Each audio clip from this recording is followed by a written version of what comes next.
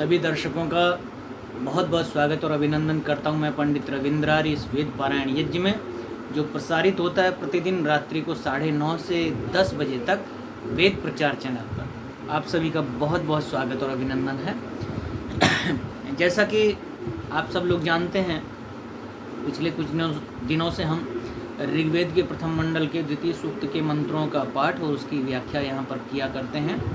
उसी श्रेणी में आज हम ऋग्वेद के प्रथम मंडल के द्वितीय सूक्त के 7वें मंत्र का पाठ और व्याख्या करेंगे।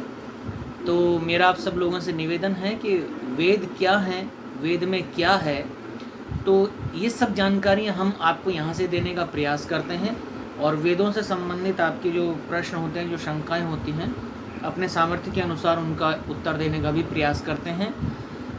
आप सब लोगों से मेरा एक हाथ जोड़ करके निवेदन है कि आप सब लोग जो भी हमारे चैनल पर आए हैं, जुड़े हुए हैं और हमारे कार्यक्रम को देखते हैं और बाद में भी हमारे वीडियोस को देखते हैं, आप सभी से मेरा ये विनम्र निवेदन है कि कार्यक्रम को शुरू से लेकर आखिर तक पूरा देखें, जिससे कि मंत्र का पूरा आशय, उसका भाव आपके समक्ष स्पष्ट हो जाए। कार्यक्रम को आरंभ करते हुए हमारे आज के सबसे पहले दर्शक के रूप में सुनील कुमार जी अमृतसर से हमारे बीच में उपस्थित हैं। सुनील कुमार जी और विपिन कुमार जी मुरादाबाद से हमारे बीच में उपस्थित हैं। तो मैं आप दोनों सज्जनों का बहुत बहुत स्वागत और अभिनंदन करता हूं। आप दोनों को सादर नमस्ते करता हूं। आइए आज हम ऋग्वेद के द्वितीय मंडल के 7वें मंत्र का पाठ करेंगे, किंतु नियमानुसार आइए मिल करके एक बार गायत्री मंत्र का पाठ करते हैं। ओम भूर्भुवः स्वः तत्सवितुर्वरेण्यं भर्गो देवस्य धीमहि धियो यो नः प्रचोदयात्। हाँ जी, सुनील कुमार जी नमस्ते। विपिन कुमार जी ने होली की शुभकामनाएं दी हैं। आपको भी होली की बहुत बहुत शुभकामनाएं विपिन जी। ईश्वर की कृपा हम सबके ऊपर हो, यह होली का पर्व हम सब के लिए समृद्धि और हम सबको संबंधों में बांधने वाला हो और सब लोगों को आरोग्य और दीर्घायु प्राप्त हो और हम सब लोग परमात्मा की आज्ञा यानी वेद के मार्ग पर चलते रहें। इसी प्रकार से अपने जीवन का, अपने हृदय का, अपने विचारों का शोधन करते रहें, ज्ञान वृद्धि करते रहें। सोम कणों की रक्षा के द्वारा अपने शरीर का बल और शक्ति और तेज ओज को बढ़ाते हुए हम जीवन पथ पर आगे बढ़ते हुए, कल्याण के मार्ग पर आगे बढ़ते हुए मोक्ष के अधिकारी बने। रोशनी गुप्ता जी पूरे धन्यव कुंडा से हमारे बीच में उपस्थित हो गई हैं। बहन मीना पाषाण जी अमृतसर से हमारे बीच में उपस्थित हैं। आप सभी सज्जनों का, सभी सम्मानित सदस्यों का बहुत बहुत स्वागत और अभिनंदन करता हूं। आइए ऋग्वेद के प्रथम मंडल के द्वितीय सूक्त का 7वां मंत्र है, जिसको हम लोग आज पढ़ने जा रहे हैं। मंत्र के ऋषि हैं मधुछंदा, देवता है मित्रा, वरुणों, छंद गायत्री, स्वर षडज रहेगा।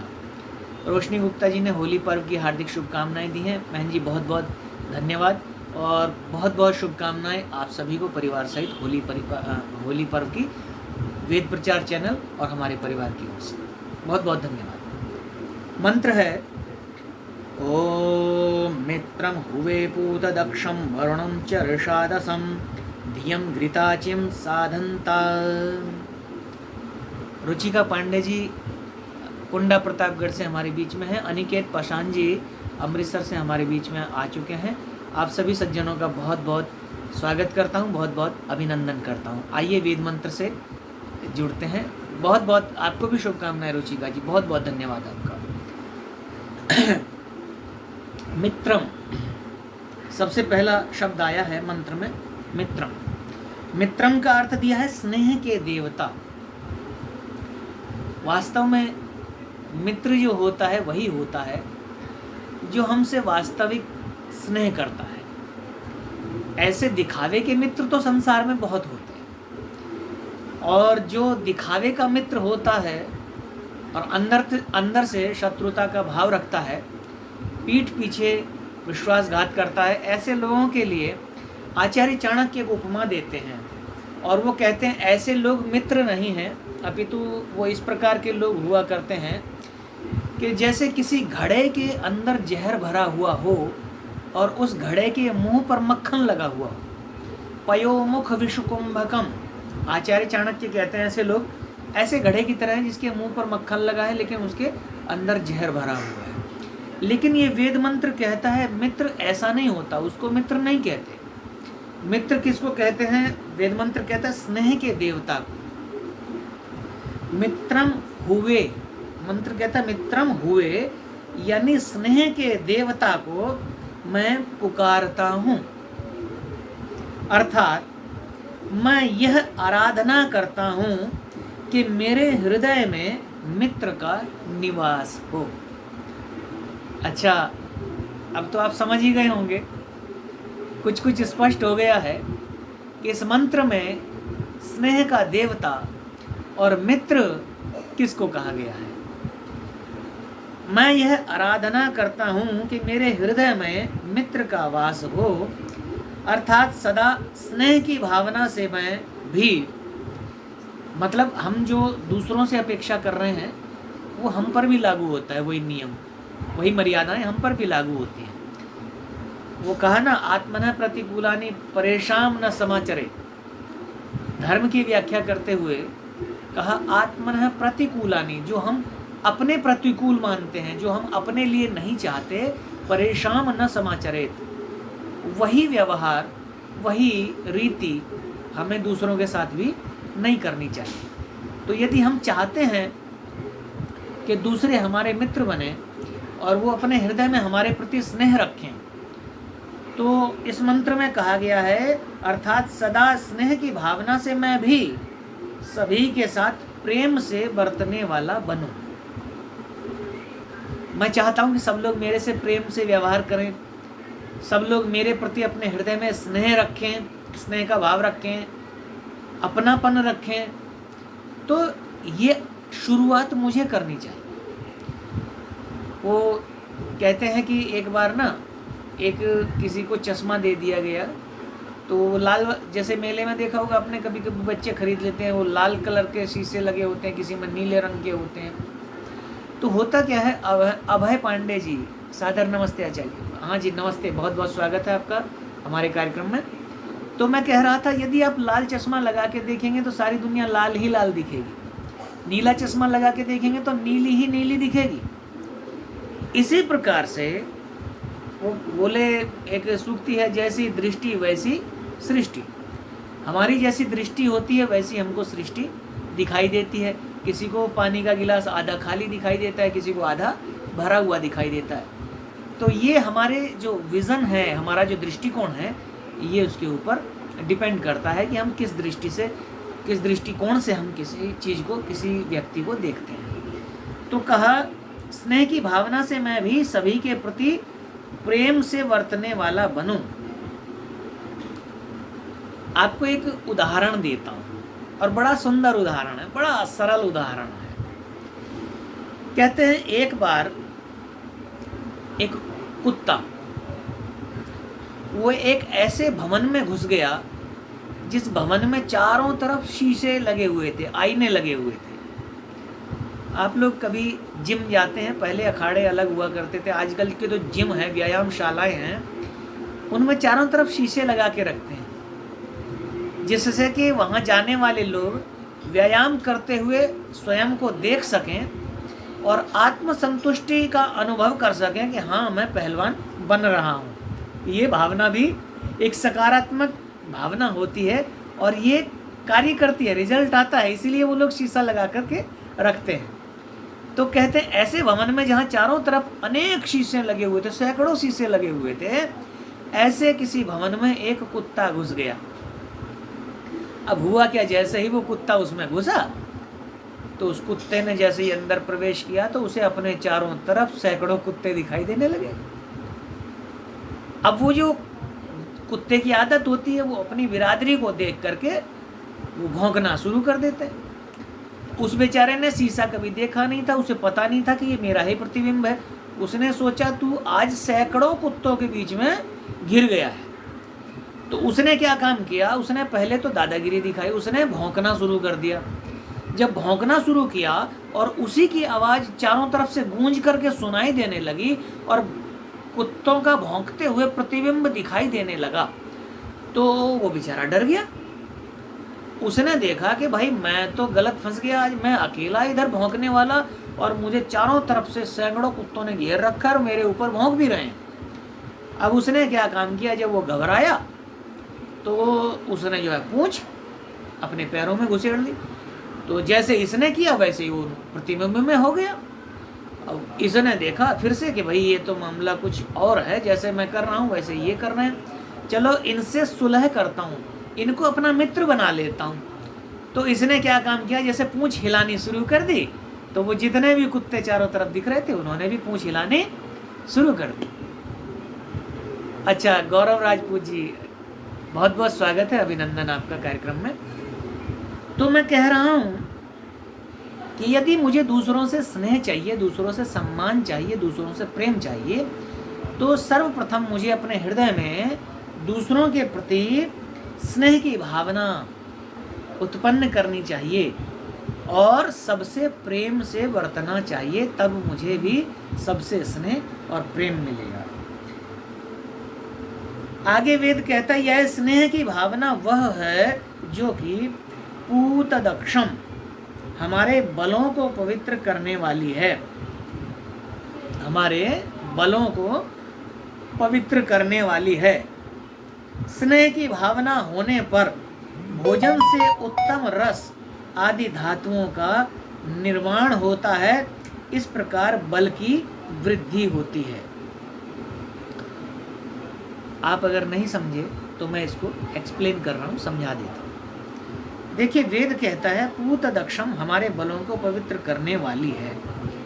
बहुत सारे लोग ऐसे होते हैं जो दूसरों को देखकर हमेशा कुढ़ते रहते हैं। ऐसे लोग कभी जीवन का आनंद नहीं ले पाते।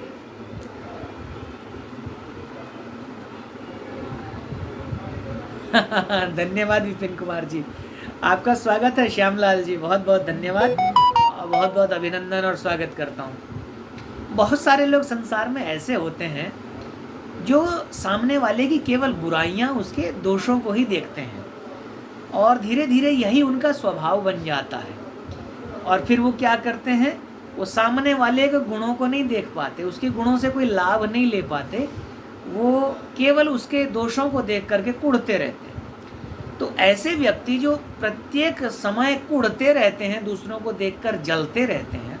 अच्छा, जो चीज़ जल रही होती है, जैसे लकड़ी है, अग्नि में पड़ी है, जल रही है, ऐसे ही जो व्यक्ति ईर्ष्या की अग्नि में पड़ा जल रहा है, तो दूसरे का क्या बिगाड़ता है?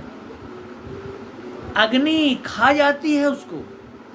वो ईर्ष्या करने वाला व्यक्ति नष्ट हो जाता, दूसरे का कुछ नहीं बिगड़ता, जो भी बिगड़ता है उसका स्वयं का बिगड़ता है। तो वेद कहता है कि तुम एक दूसरे को देखकर ईर्ष्या मत करो, हृदय में एक दूसरे के प्रति स्नेह रखो, हृदय में एक दूसरे के प्रति प्रेम रखो।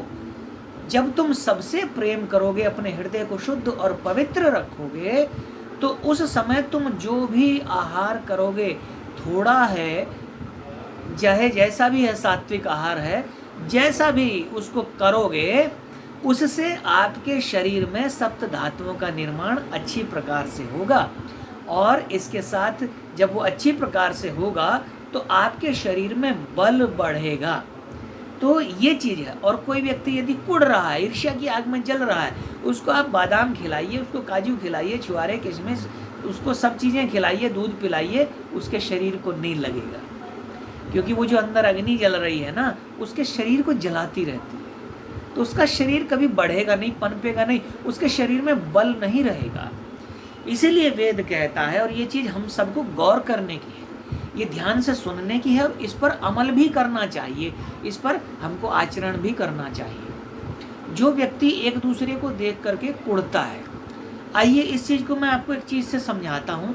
जो व्यक्ति सामने वाले को देख करके कुढ़ता है तो उसका क्या होता है, तो एक छोटा सा उदाहरण है, मैं आपके बीच में प्रस्तुत करना चाहूँगा। वो उदाहरण कहता है कि एक बार कोई राजा भयंकर रूप से बीमार पड़ गया और डॉक्टरों ने ये कह दिया कि राजा साहब के बचने की कोई उम्मीद नहीं है।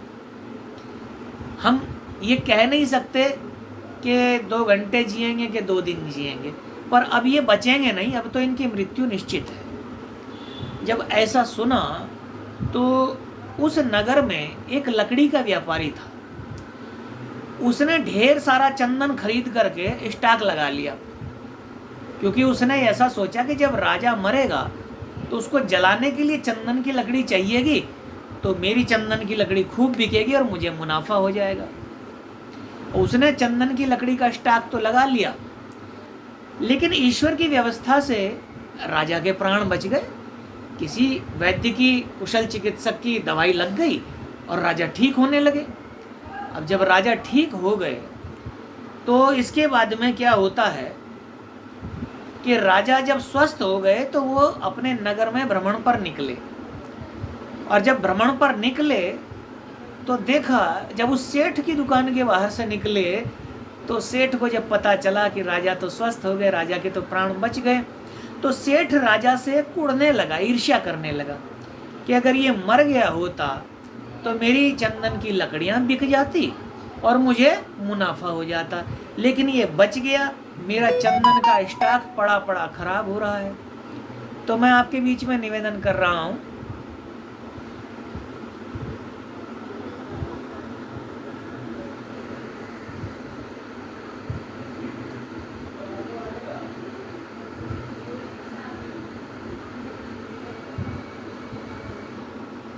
मैं आपके सामने निवेदन कर रहा हूं कि क्या कोई मुझे सुन रहा है?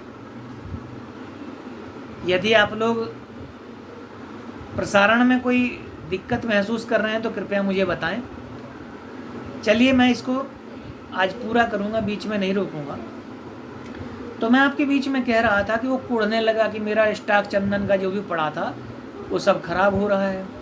तो एक दिन राजा जब उसकी दुकान के सामने से निकल रहा था तो देखा राजा ने कि सेठ जो है उसे देख करके कुढ़ रहा है, जल रहा है, और जलते हुए उसकी तरफ जब आंखों से देखा तो राजा ने भी उसकी आंखों में देखा कि इसकी आंखों में मेरे प्रति ईर्ष्या दिखाई दे रही है।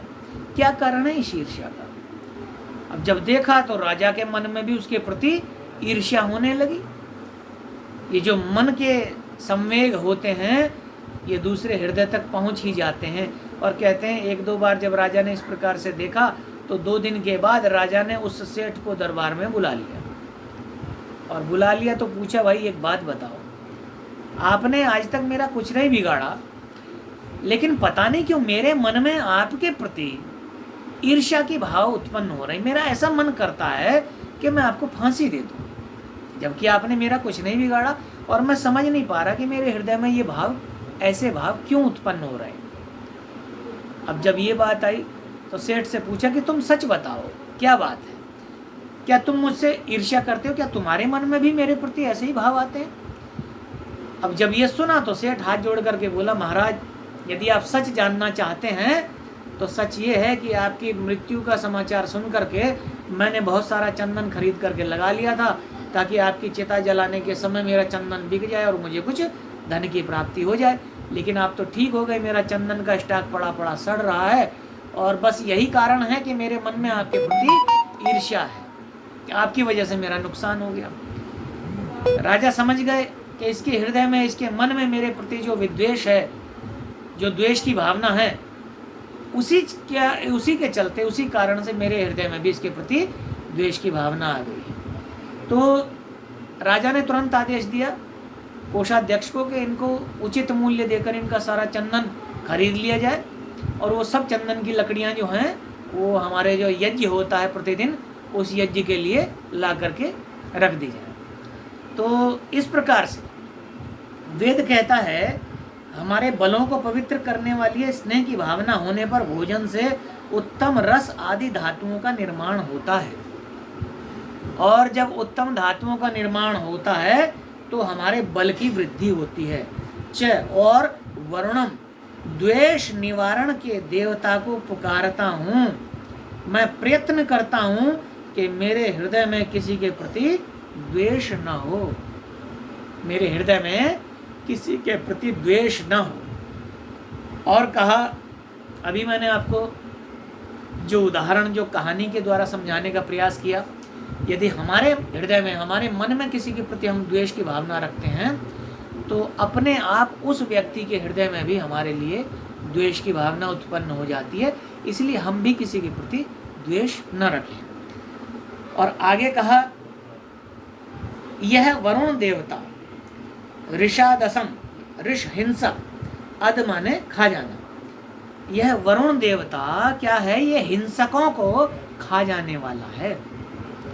ये वरुण देवता हिंसकों को खा जाने वाला है, अर्थात द्वेष के न होने पर हमारा शरीर हिंसक तत्वों का शिकार नहीं होता। जब हम किसी से द्वेष करते हैं तो हमारा शरीर भी हिंसक तत्वों का शिकार होता है। जैसा कि मैं पहले आपको उदाहरण से बता चुका हूँ कि जिस प्रकार लकड़ी अग्नि में जलती है तो दूसरे का कुछ नहीं बिगाड़ती, अपने आप ही अपने पोषक तत्वों को खो देती है और जल करके राख बन जाती है, दूसरों का कुछ नहीं होता है। इसी प्रकार से हम भी किसी से द्वेष ना करें, ईर्ष्या ना करें, क्योंकि इस द्वेष की अग्नि में, ईर्ष्या की अग्नि में जल करके मनुष्य भी स्वाहा हो जाता है, समाप्त हो जाता है। किसी दूसरे का कुछ नहीं बिगाड़ता, जो भी बिगाड़ता है अपना ही बिगाड़ता है, दूसरे का कुछ नहीं बिगड़ता। किंतु द्वेष करने वाले व्यक्ति की जो मानसिक शांति जो है वो चली जाती है। ईर्ष्या की अग्नि में व्यक्ति पड़ा पड़ा जलता रहता है और एक दिन समाप्त हो जाता है। इसीलिए वेद कहता है यह वरुण देवता ऋषादसम, यानी ऋष हिंसक, अद माने खा जाना। ये अद भक्षण धातु माने अद माने खाने वाला, हिंसकों को खा जाने वाला है। अर्थात द्वेष के न होने पर हमारा शरीर हिंसक तत्वों का शिकार नहीं होता। द्वेष से तो मनुष्य अंदर ही अंदर जलता चला जाता है। हृदय में द्वेष की भावना की प्रबलता के समय खाया हुआ अन्न विषों को जन्म देता है। ये चीज मेडिकली भी प्रूव्ड हो चुकी है। मेडिकल साइंस के लोगों ने, साइंटिस्टों ने इस पर रिसर्च किया। और एक नियम भी है कि जब हम भोजन करते हैं, बहुत सारे लोग टेलीविज़न देखते हुए भोजन करते हैं, बहुत सारे लोग मोबाइल देखते हुए भोजन करते हैं, बहुत सारे लोग पुस्तक को पढ़ते हुए भोजन करते हैं। पर ये चीज़ें गलत है, क्योंकि जब हम भोजन कर रहे होते हैं तो हमारी आँखों से, हमारे कानों से जो भी ज्ञान, जो संस्कार आत्मा को प्राप्त होते हैं, भोजन के साथ साथ वो हमारे चित्त को प्राप्त होने लगते हैं। और इससे क्या होता है?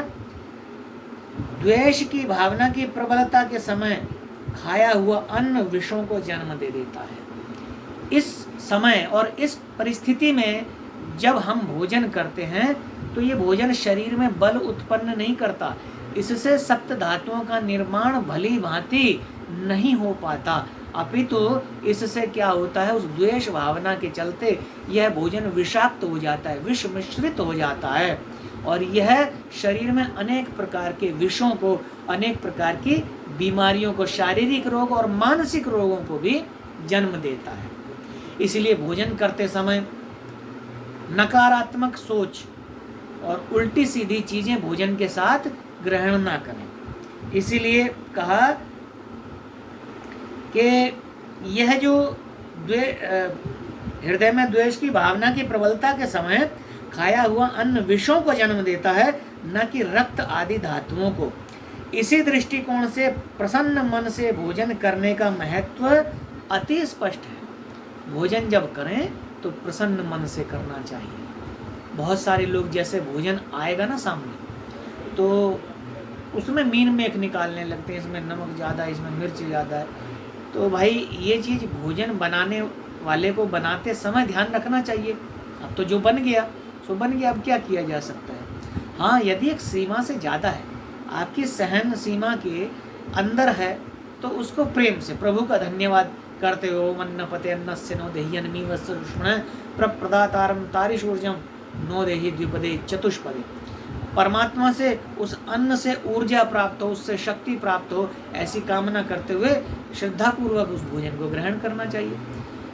तो प्रेम से जो भोजन किया जाता है उसका महत्व अति स्पष्ट है। मनु महाराज क्या लिखते हैं? दृष्ट्वा हृष्येत प्रसीदेत च, यानी कि इसी का अनुवाद इन शब्दों में किसी कवि ने किया है कि अश्नेया तन्मना भूत्वा प्रसन्नेन मनसा सदा, भोजन जब भी आप करें तो प्रसन्न मन से करें, मन में प्रसन्नता हो और उसके साथ उस भोजन को प्रसाद समझ करके ग्रहण करें। वो आपके शरीर को लगेगा, आपके शरीर के बलों को बढ़ाने वाला होगा। तो आगे कहा अर्थात ये मित्र और वरुण अर्थात स्नेह और निर्द्वेषता। मित्र का अर्थ क्या बताया? स्नेह का देवता। देवता किसको कहा? देने वाला। तो जो दूसरों को स्नेह देने वाला है, दूसरों को प्रेम देने वाला है, उसको क्या कहा जी इस मंत्र में? उसको कहा मित्र। वो मित्र है। वेद में एक मंत्र आता है, सर्वाणि भूतानि मित्रस्य चक्षुषा समीक्षन्ताम। हे मनुष्यों, संसार के सभी जीवों को, सभी प्राणियों को आप मित्र की दृष्टि से देखें। कैसे देखें? मित्र की दृष्टि से। और मित्र कौन? सभी को स्नेह देने वाला, सभी को प्रेम देने वाला। बहुत सारे लोगों की आंखों में हम देखते हैं तो उनकी आंखों में हमें अपने लिए स्नेह दिखाई देता है, प्रेम दिखाई देता है, और बहुत सारे लोगों के मन में, उनकी आंखों में घृणा दिखाई देती है, द्वेष दिखाई देता है। तो नेत्रों से पता चल जाता है, जो आंखें होती है ना, ये हमारे मन की चुगली करती हैं, ये सामने वाले को बता देती हैं कि हमारे मन में क्या चल रहा है। तो इसी प्रकार से कहा कि दो चीज़ हैं, एक है इस मंत्र में मित्र और एक है वरुण। मित्र कौन? मित्र वो जो सब प्राणियों को स्नेह की दृष्टि से देखता है, जो सबको प्रेम देता है, स्नेह देता है। और वरुण किसको कहा? जो किसी से द्वेष नहीं रखता है, निर्द्वेषता का भाव जिसके मन में रहता है, वो वरुण है। आगे वेद कहता है मित्र और वरुण अर्थात स्नेह और निर्द्वेषता, ये क्या है? घृताचीन यानी घृ क्षरण दीप्ति, मलों के क्षरण से। अच्छा, घी में एक गुण होता है, वो जो अधिक मात्रा में जब कोई व्यक्ति घी को खा लेता है तो उसको दस्त लग जाते हैं, और पेट के अंदर जितना मल होता है ना, वो उस मल को सबको बाहर निकाल देता है। तो क्या है? घृताचीन, घृ क्षरण और दीप्ति। तो मलों के क्षरण और ज्ञान की दीप्ति को प्राप्त कराने वाले।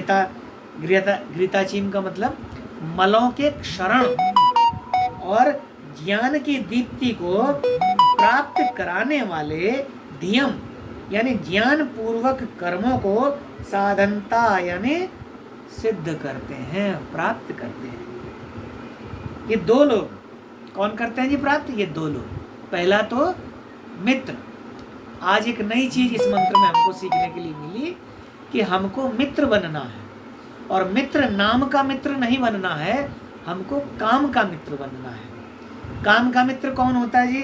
काम का मित्र वो होता है जो सभी प्राणियों के प्रति स्नेह की भावना अपने हृदय में रखता है, जो सभी प्राणियों को, सबको प्रेम करने वाला होता है, उसको क्या कहा? मित्र कहा। और एक वो व्यक्ति जिसके अंदर निर्द्वेषता का गुण है, जो किसी भी प्राणी के प्रति, किसी भी जीव के प्रति द्वेष भावना को अपने मन में, ईर्ष्या भावना को अपने मन में नहीं रखता है। तो ये दो लोग, इनके बारे में कहा गया है कि ये मित्र और वरुण मलों के क्षरण और ज्ञान की दीप्ति को प्राप्त कराने वाले ज्ञान पूर्वक कर्मों को सिद्ध करते हैं, उनको प्राप्त करते हैं, और इस प्रकार के कर्मों को करते हुए अपने जीवन में आगे बढ़ते हैं, उन्नति को प्राप्त करते हैं।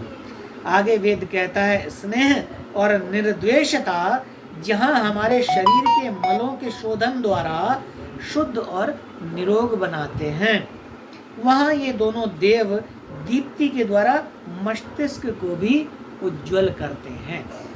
देखिए, ये जो स्नेह और निर्द्वेषता है, ये एक और जहाँ हमारे शरीर के मलों को शोधन द्वारा शुद्ध करते हैं और निरोग बनाते हैं। शरीर में जब तक मल रहेगा, विष रहेगा, ये जो मल होता है ना, गंदगी, इससे शरीर में विषाक्तता आती है, जिससे विष बनता है, विष बढ़ता है, और वो विष नाना प्रकार के रोगों को जन्म देता है। और केवल शरीर के ही नहीं, जब हमारे शरीर में मल बढ़ता है और विषाक्तता आती है तो जहाँ एक ओर ये हमारे शरीर को प्रभावित करता है, वहीं दूसरी ओर ये हमारे मन मस्तिष्क को भी प्रभावित करता है। तो एक ओर जहाँ शरीर में रोग उत्पन्न होते हैं, वहीं हमारे मन मस्तिष्क में भी मनोरोग उत्पन्न होते हैं। इसीलिए कहा कि स्नेह और निर्द्वेषता जहाँ हमारे शरीरों को मलों के शोधन द्वारा शुद्ध और निरोग बनाता है, वहीं ये दोनों देव, कौन देव? मित्र और वरुण, तो दीप्ति के द्वारा मस्तिष्क को भी उज्जवल करते हैं। इनसे मनोरोग भी नहीं होते। ऐसा करने से, यानी स्नेह और निर्द्वेषता को अपने हृदय में, अपने बुद्धि में, अपने मन में धारण करने से क्या होता है? मल दूर होते हैं और हमारा शरीर और मन निरोग बनता है। और ज्ञान की दीप्ति के द्वारा मस्तिष्क भी उज्जवल होता है, उसमें भी अच्छे अच्छे विचार, सत प्रेरणाएं और बहुत सारे अच्छे गुण आते हैं, सद्गुण आते हैं, और उनको धारण करने वाला मनुष्य अपने जीवन को उन्नत कर लेता है और संसार के लिए एक प्रेरणा स्रोत बन जाता है। आइए भावार्थ पढ़ते हैं इस मंत्र का। आज का मंत्र पिछले कुछ मंत्रों के विषय से थोड़ा सा हटकर है। कल के मंत्र में अपने हृदय को संस्कृत बनाने की बात कही गई थी, और आज उसमें बताया गया है कि जब अपने हृदय का शोधन करें तो उस अपने हृदय में दो गुण हैं, उनको धारण करें। पहला गुण मित्रता, मित्रता का भाव, और दूसरा निर्द्वेषता का भाव। यानी मित्रता का भाव, स्नेह का भाव, सभी प्राणियों के प्रति स्नेह की भावना हृदय में धारण करेंगे तो हम सबके मित्र बन जाएंगे। और निर्द्वेषता का भाव हृदय में धारण करेंगे, किसी के प्रति ईर्ष्या नहीं रहेगी, तो हम वरुण कहलाएंगे। और इन दोनों गुणों को धारण करके हम देव बन जाएंगे, देवता कहलाएंगे। और उन देवताओं पद को हम ग्रहण करके स्नेह और निर्द्वेषता के द्वारा मलों के क्षरण और ज्ञान की दीप्ति को प्राप्त कराने वाले ज्ञान पूर्वक कर्मों को हम प्राप्त करेंगे। हम उन कर्मों को जानेंगे और उनको करेंगे जिनसे मलों का क्षरण होता है और ज्ञान की दीप्ति बढ़ती है। और ऐसा करने से हमारा शरीर निरोग हो जाता है, हमारा मन भी निरोग हो जाता है। तो बड़ी उच्च कोटि की दिव्य भावना है, हम मित्र बने और किसी के भी प्रति द्वेष की भावना न रखें। सबके प्रति वैर भाव का त्याग करना ही अहिंसा कहलाता है। अहिंसा की परिभाषा ये नहीं है कि कोई हमें मार रहा है और हम उसको नहीं मारेंगे, तो ये तो कायरता है। जो अपनी रक्षा के लिए भी आप अस्त्र शस्त्र या हाथ भी नहीं उठा सकते, अपनी रक्षा नहीं कर सकते, इसको तो कायरता कहते हैं, इसको अहिंसा नहीं कहते। और महात्मा गांधी जैसे लोगों ने अहिंसा के नाम पर लोगों को कायर बनाने का ही काम किया है। तो हमें अहिंसा के सही अर्थ को जानना है, हमें कायर नहीं बनना है। हमें क्या बोला? अहिंसा। अहिंसा का अर्थ है सब प्राणियों के प्रति वैर भाव का त्याग कर देना अहिंसा है। तो हमने वैर भाव का त्याग कर दिया, सबके प्रति द्वेष ईर्ष्या का हमने त्याग कर दिया, सबके प्रति स्नेह, सबके प्रति प्रेम का वातावरण हमने हृदय में उत्पन्न किया। हम मित्र बन गए, हम वरुण बन गए, हम देवता बन गए, हमारा जीवन धन्य हो गया। हम जो करने आए थे हमने वो कर दिया। वेद के अनुसार अपने जीवन को हम लोग आगे बढ़ाएं, अपने अपने जीवन को धन्य करें, अपने जीवन में उन्नति करें। आइए भावार्थ करते हैं, इसके बाद में कार्यक्रम को विराम की तरफ ले जाएंगे शांति पाठ के द्वारा। भावार्थ कहता है, स्नेह और द्वेष निवारण के द्वारा हम अपने जीवन को पवित्र और उज्जवल बनाएं।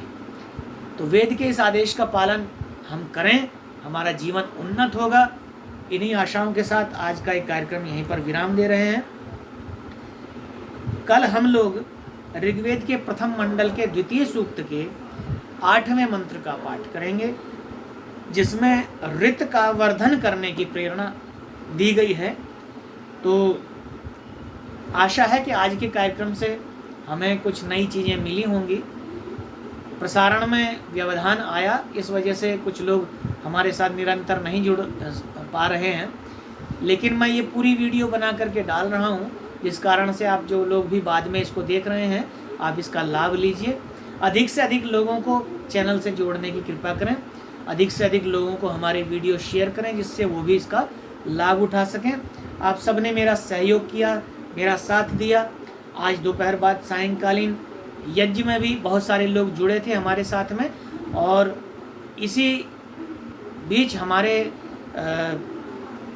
जो अजय प्रसाद जी हैं बेंगलुरु से हमारे साथ में प्रतिदिन रात्रि को इस सभा में जुड़ते हैं, उन्होंने आज होली पर्व पर हमें, हमारे चैनल को आर्थिक सहयोग दिया है। हम उनका हृदय से धन्यवाद करते हैं और परमपिता परमात्मा से आपके आरोग्य, दीर्घायु और आपके आनंद के प्रति, आपके परिवार के सभी सदस्यों की कुशलता, आरोग्य, दीर्घायु और आनंद के प्रति हम प्रभु से कामना करते हैं।